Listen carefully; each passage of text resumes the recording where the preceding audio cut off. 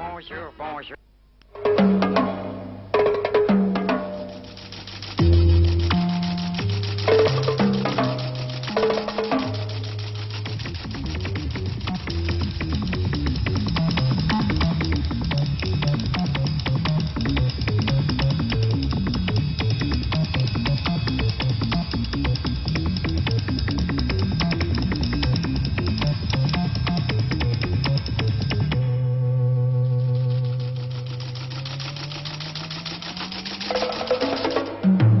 Mesdames, Messieurs, bonsoir. Nous avions envie d'ouvrir un jour comme aujourd'hui par les cérémonies du 11 novembre, bien sûr. Mais nous nous sommes dit qu'un 11 novembre, c'est encore plus beau quand la France gagne quelque part sur un terrain de sport. Ainsi sont les Français, chauvins ou tricolores comme on voudra, mais comment ne pas applaudir au très beau succès du 15 de France à Toulouse face aux All Blacks devant près de 25 000 spectateurs. Menée un moment 13-6, l'équipe de France a réussi à retourner complètement la situation pour l'emporter finalement 18-13. D'entrée de jeu, l'arrière Kechny réussit un but de pénalité, 3 pour les All Blacks. Les Français vont réagir. Sur cette touche, prise par la France, Foroux attend la balle. Il va la voir et donner à Romeu. Et Romeu va donner à suivre. Un homme part comme un obus, c'est Bertrand. Il prend la balle et file. Voistrella, il lui donne. Très bon cet enchaînement. Et Papa Rambordella pour prendre la balle, elle écrasait un essai à la 18e minute que Romeu va transformer. France 6, All Black 3. Mais les All Blacks dominent de façon générale et ce drop de Robertson ne fait que concrétiser un avantage du moins d'occupation du terrain. 6 partout. Regardez bien la faute que va commettre Foroux au petit côté, il veut donner. C'est Taylor qui prend la balle, déséquilibré, il botte à suivre pour Robertson. Robertson prend la balle au deuxième rebond, il va donner à Williams complètement décalé, qui a aplatit un très bel essai en coin pour les All Blacks. 10 points à 6 à la mi-temps. À la 7e minute de la deuxième mi-temps, Williams va réussir une pénalité et les All Blacks vont mener par 13-6. La voilà cette pénalité. 13-6, mais la pression française va être terrible, totale, ce qui explique les fautes All Blacks. Et Romeu va connaître une période faste. D'abord sur ce drop, la 9e minute de la deuxième mi-temps, France 9. Et puis, la série des pénalités. 15e minute, Romeu réussit. 12 pour la France. 25e minute, Romeu, pénalité réussie. 15 pour la France qui prend l'avantage. Et enfin, à la 40e minute, pénalité réussie, 18-13 pour la France. Romeu a marqué 14 points. Les joueurs échangent leur maillot. Belle victoire de la France devant une équipe All Black qui a dominé en première mi-temps, mais qui a été très dominée en deuxième mi-temps par une vaillante équipe de France. Bon, en vous écoutant, j'écoute d'air, je n'ai entendu qu'un mot, qu'un nom plutôt, Romeu. Oui, on l'a souvent cité, puisqu'il a marqué 14 points. Il a réussi 14 sur 18. Sur 18, c'est quand même assez phénoménal. Mais je crois que c'est une victoire belle, mais pas décisive. Et je crois que le deuxième test match du 19 novembre, que nous allons transmettre, sera très important. Car les All Blacks reconnaissent eux-mêmes ce soir que si les Français arrivent à les battre une seconde fois dans ce test match, eux qui ont battu les Lions, n'oublions pas, alors les Français les reconnaîtront vraiment comme les champions du monde, ce qui n'est pas rien, vous l'avouerez. Et à votre avis, les Français ne sont pas tout à fait convaincants sur le vu de ce match, ce premier test match? C'est-à-dire que c'est très dur. Un premier match comme ça contre les All Blacks, c'est un rugby très particulier, un rugby qui pèse, chaque balle pèse une tonne. Pas très spectaculaire. Souvent spectaculaire, mais là, c'est une partie d'avant surtout.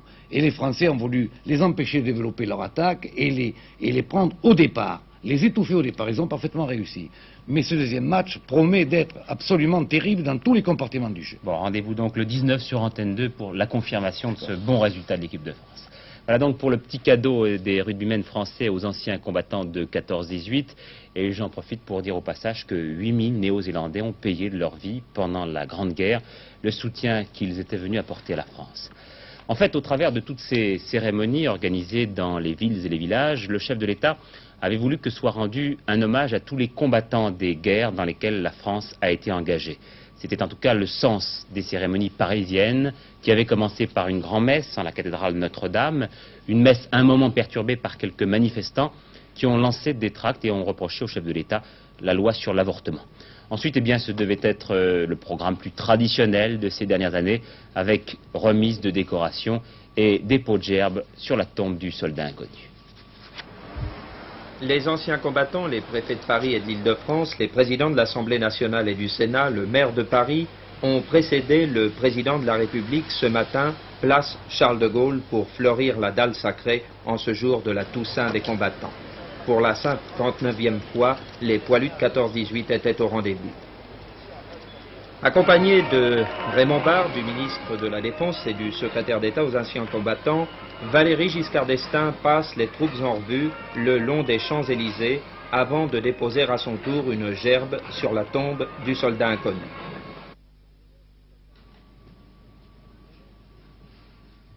Un élève de Polytechnique lui a remis 59 roses rouges que le chef de l'État dépose sur la dalle aux accents de la marche funèbre de Chopin. Après une minute de silence, le président de la République va serrer les mains des survivants de la Grande Guerre, ceux des Flandres ou d'Artois, de la Somme ou du Chemin des Dames, de Champagne ou de Verdun. Ils sont 1,5 million, ceux tombés sur les champs de bataille de 14-18.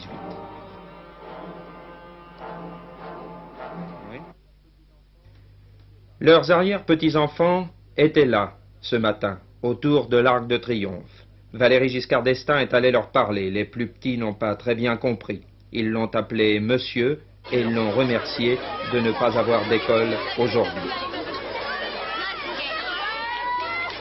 Cette cérémonie du 11 novembre à l'Arc de Triomphe a pris fin peu avant midi avec le défilé sur les Champs-Élysées des cavaliers de la garde républicaine de Paris, suivis des troupes à pied.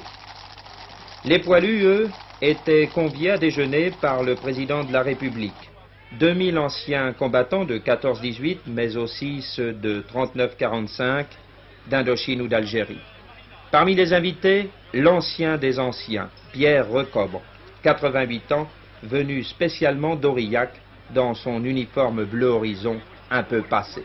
Il a trouvé dans son assiette un paquet de troupes, un peu d'eau-de-vie et le quart du poilu. Que le souvenir de vos épreuves, lui a dit le chef de l'État, nous aide à mesurer le prix de la paix, qu'il fortifie aussi notre détermination à sauvegarder l'indépendance.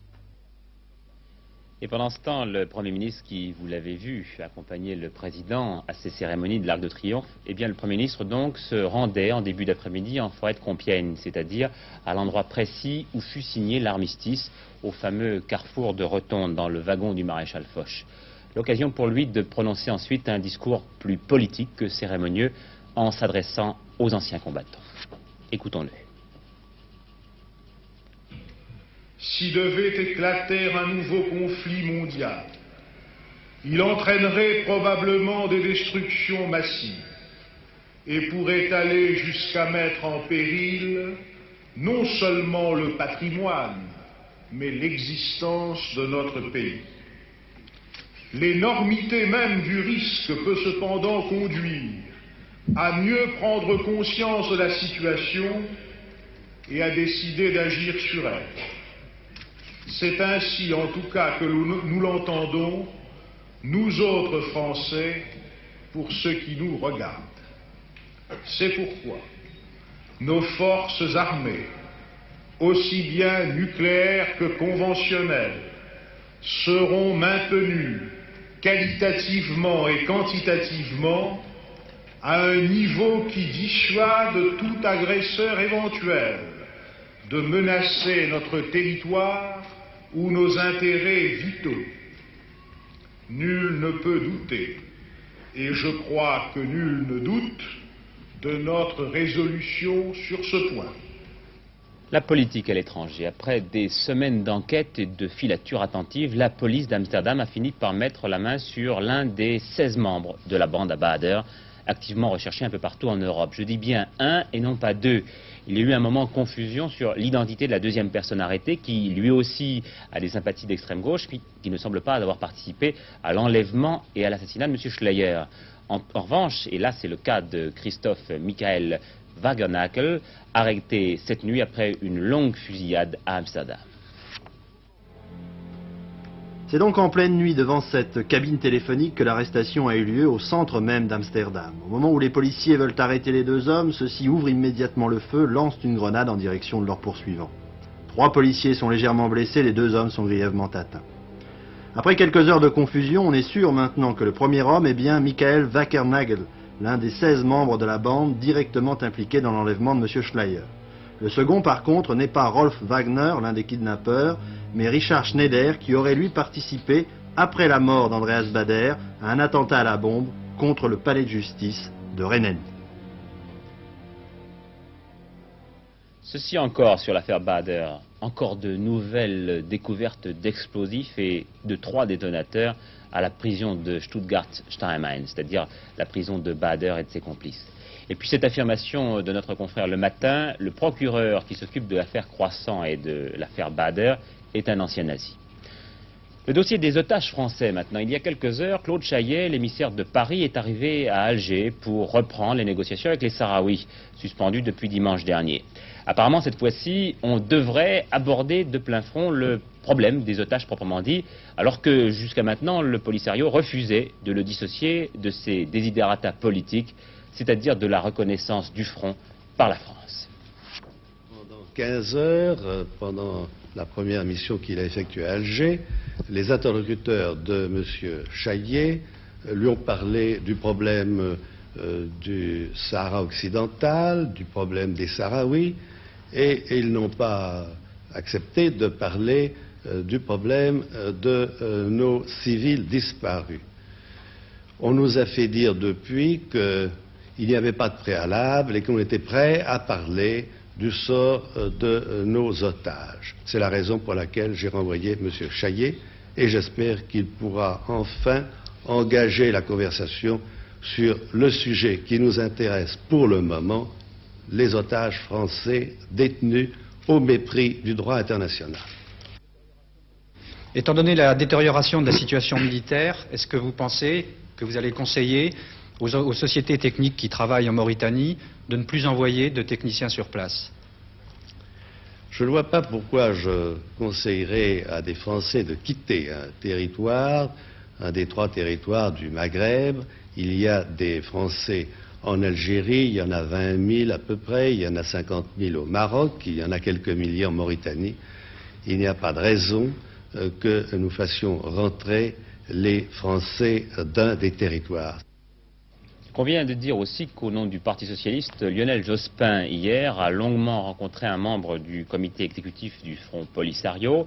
Le PS, a dit M. Jospin, ne veut pas interférer dans les négociations. Et pendant ce temps, à Ténès, dans les Aurès, non loin d'Alger, on a encore assisté hier à une nouvelle manifestation populaire où se mêlent à la fois des sentiments anti-français et anti-marocains. Et c'est pour cela que l'on attendait avec beaucoup d'intérêt la conférence de presse du roi Hassan II du Maroc aujourd'hui. Conférence de presse à la fois ferme et mesurée, à l'occasion de laquelle le souverain a d'abord répondu à une question de notre envoyé spécial, Philippe Châtenay. Est-ce qu'on peut imaginer que pour trouver une solution pacifique, vous puissiez faire des concessions territoriales ou politiques ou de souveraineté à l'Algérie ou au Polisario? D'abord, la vente, on dit en droit, il y a un adage, la vente de la chose d'autrui est interdite ou illicite. Le pays ne m'appartient pas, le territoire n'est pas mien pour que je puisse faire des concessions. Il faut partir de ce point-là. Au contraire, si j'ai une obligation, c'est celle de veiller à ce qu'il ne soit pas fait de concessions sur le compte de la frontière du territoire et de l'authenticité du territoire. Donc pas question de ce côté. Comme j'ai dit, nous pourrons parfaitement chercher à trouver des contrepoids à toute cette histoire-là. Je crois que mon intervention avait été en arabe, je vais la faire en français. Nous sommes prêts à revoir, dans le cadre d'un comité des sages avec le président Boumedienne, tous les problèmes qui se sont accumulés autour de cette histoire du Polisario. Il a créé le Polisario de toutes pièces, il a créé la République sahraoui cosmique, puisqu'elle elle tourne actuellement, elle n'a même pas de cosmique de toutes pièces. Il a essayé de la faire reconnaître par un certain nombre de pays africains et de pays non africains. Tout cela, il est difficile pour lui, vous comprenez, d'un jour à l'autre, de dire bah, je me débarrasse de tout ce poids. Nous sommes prêts. Nous sommes prêts à prendre avec lui la moitié du balai pour essayer de nettoyer tout cela. Nous sommes prêts à le désengager et à faciliter pour lui le désengagement. C'est ce que j'appelle des concessions de forme qui sont très importantes lorsqu'il s'agit d'un chef d'État. Nous sommes prêts à envisager en contrepartie, mais tout un ensemble de programmes algéro-maroco-mauritaniens où vraiment il y aurait une telle interpénétration des intérêts et des obligations qu'on ne saurait pas où s'arrête, où commence l'un et où s'arrête l'autre. Rien sur la politique française ce soir, je veux dire pas de communiqué, pas de conférence de presse, pas d'escalade dans les déclarations, mais je crois que c'est peut-être l'occasion de souffler et de faire le point au terme d'une semaine encore très agitée à gauche. La convention nationale du PS, la réunion manquée des trois partis de gauche, le comité central du Parti communiste, et puis la nouvelle polémique à propos des répartitions des portefeuilles. On n'en a jamais parlé, disent les communistes. Pas vrai, c'est vous-même qui avez abordé le problème, répondent les socialistes. Bref, l'impression, Noël Copin, que le fossé entre les deux principaux partis s'est encore élargi. Oui, c'est bien l'impression générale qu'on a à la fin de cette semaine. Je sais bien qu'en politique, un retournement est toujours possible, mais cette fois-ci, on a l'impression que la rupture est quasi consommée. Qu'est-ce qu'on peut dire ce soir de nouveau à propos de ces... Si vous voulez, je crois aussi qu'il faut retenir une phrase importante qui a été prononcée par M. Marchais devant la presse hier, disant en gros ceci: si par malheur ce n'était pas pour mars 1978, ce serait pour la prochaine fois. Alors, est-ce que ça veut dire que le Parti communiste est prêt à abandonner l'hypothèse du pouvoir en 1978? Non, je pense que le Parti communiste veut toujours arriver au pouvoir, mais comme il le dit, pas dans n'importe quelles conditions. Le Parti communiste, comme tous les partis, a vocation à gouverner, à arriver au pouvoir, mais je crois que sa caractéristique, c'est d'être moins pressé que les autres partis. Les autres partis donnent toujours l'impression de ne pas vouloir manquer une échéance. Le Parti communiste, lui, prend son temps, et je crois qu'on peut dire qu'il a fait de la patience une sorte de vertu politique. Alors, il a le temps pour lui, mais le but ne change pas. Eh bien, le but ne change pas. Le but demeure toujours le même. Monsieur Marchais le rappelait il y a quelque temps, en pleine crise du sommet d'ailleurs, le but du Parti communiste, c'est d'instaurer le socialisme en France. Et le programme commun, l'union de la gauche, ce qui correspond à ce que le Parti communiste appelait autrefois la démocratie avancée, ce n'est jamais qu'un moyen, ce n'est jamais qu'une étape pour parvenir à ce but. Alors, si ce but est lointain, après tout, on ne peut pas exclure l'hypothèse qu'un jour, le Parti communiste décide de prendre un autre chemin, de passer par une autre étape pour y parvenir. Le général Grigorenko, autorisé à aller passer 6 mois aux États-Unis auprès de son fils Andrei pour y subir une opération. Le général Grigorenko est l'un des rares dissidents connus encore en URSS. Il a passé 5 ans dans un asile psychiatrique pour avoir pris la défense des Tatars de Crimée. Une allocution de Louis Aragon au Kremlin hier. Le poète français a rendu un vibrant hommage à l'URSS et à son armée en recevant les insignes de l'ordre de l'amitié des peuples. Vous savez qu'à l'occasion de ce 60e anniversaire de la Révolution d'octobre, Antenne 2 a décidé de consacrer chaque jour de la semaine une page spéciale au grand parti communiste du monde. Hier, faute de temps, nous avons manqué à nos engagements. Voici donc ce soir l'œil de nos correspondants permanents à Madrid, Bruno Albin et Patrick Derrien, sur le Parti communiste espagnol.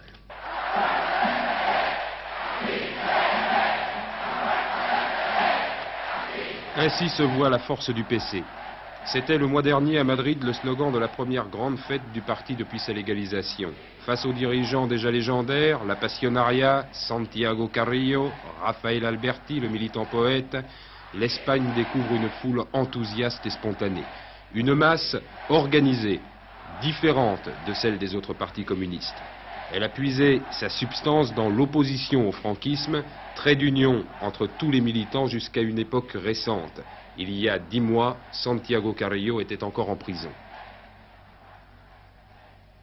Naturellement, il y avait un secteur, on peut dire spécifiquement communiste de la guerre, les vieux militants, mais les nouveaux militants, je crois que même une majorité entrait dans le parti, pas avec une idéologie communiste en avant pur, on peut dire, mais comme militant de lutte, en lutte contre le franquisme.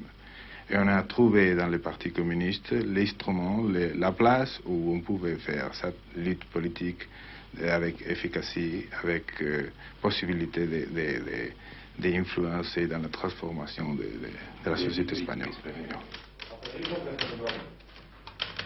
Agissant au grand jour, le Parti communiste espagnol n'a pas encore recueilli le fruit de son travail dans l'ombre. Aux dernières élections du mois de juin dernier, le PCE n'a obtenu que 9% des voix. C'est peu si l'on considère son activité pendant la dictature. C'est un résultat meilleur si on met dans la balance la méfiance et l'ignorance de la ligne du PCE. Beaucoup se demandaient alors si l'eurocommunisme défendu par le parti dans les colonnes de son journal ou par Santiago Carrillo dans son livre n'était pas une simple tactique électorale, une manière de se vouloir rassurant. Il me semble que c'est une ligne logique des choses. Nous avons eu notre réconciliation nationale, nous avons eu une politique de concentration de toutes les forces contre la dictature. Alors si tu veux, les positions de l'eurocommunisme, pour nous, elles sont faciles à comprendre, du fait que, en ligne générale, c'est déjà ce qu'on était en train de faire face à la dictature. Pour expliquer l'eurocommunisme, Santiago Carrillo ne néglige aucune occasion, profite des tribunes les plus spectaculaires. Ici, il est l'invité de Manuel Fraga Iribarne. L'ancien ministre de Franco jurait il y a 6 mois que jamais il ne s'assiérait à la même table que le secrétaire général du PCE. Mais la coexistence avec les communistes s'impose en Espagne à travers l'habileté de Santiago Carrillo que les attaques de Moscou ont en quelque sorte placé sur un piédestal. Santiago n'est ni le pape de l'eurocommunisme, comme on est en train de le dire dernièrement, ni le pape à l'intérieur du Parti communiste d'Espagne. En plus, dans le Parti communiste d'Espagne, nous sommes habitués à avoir un contact direct avec notre dirigeant. Nous n'avons pas cette idée un peu du mythe du dirigeant. Non, nous avons beaucoup d'admiration pour la lutte de beaucoup d'entre eux qui ont été dans les prisons, mais ce n'est pas des personnages d'église comme on veut les représenter. C'est des hommes normaux avec qui on a des contacts tout à fait normaux. Modestement représenté au Cortes espagnol, le PCE imprime pourtant sa marque à la politique du pays. Mon meilleur conseiller, c'est Santiago Carrillo, aurait confié Adolfo Suárez, le Premier ministre, à des journalistes. Une boutade. Mais du haut de son siège, le secrétaire général du PCE savoure les points marqués en moins de 6 mois de vie parlementaire. Le compromis historique à l'espagnol, signé le mois dernier par le gouvernement et l'opposition, est pour une large part son œuvre, et il sait que l'on doit compter avec lui. Encore 2 volets à notre enquête, le PC portugais et le Parti communiste anglais. Je vais maintenant vous raconter une histoire qui nous a tenu à cœur à la rédaction. C'est l'histoire d'un petit village de Normandie qui ne veut pas mourir. Il s'appelle Audun-au-Danger. 242 habitants, une école primaire, un couple d'instituteurs, 24 élèves. Classique jusque-là. Mais la loi, voyez-vous, prévoit 2 instituteurs pour 26 élèves. Et je vous l'ai dit, à Audun, ils ne sont que 24. L'académie a donc supprimé un poste, celui de Madame Tisser, l'institutrice, mutée dans un village voisin. Les habitants ont très mal pris la chose. Ils ont séquestré gentiment l'institutrice pendant 48 heures pour qu'on la maintienne à son poste. Ils l'ont bien libérée, entre guillemets, l'espace du week-end du 11 novembre, mais ils sont prêts à recommencer. Voici Madame Tisser, l'institutrice vedette malgré elle. C'est son mari, l'autre instituteur, qui a hérité de la totalité des élèves de l'école.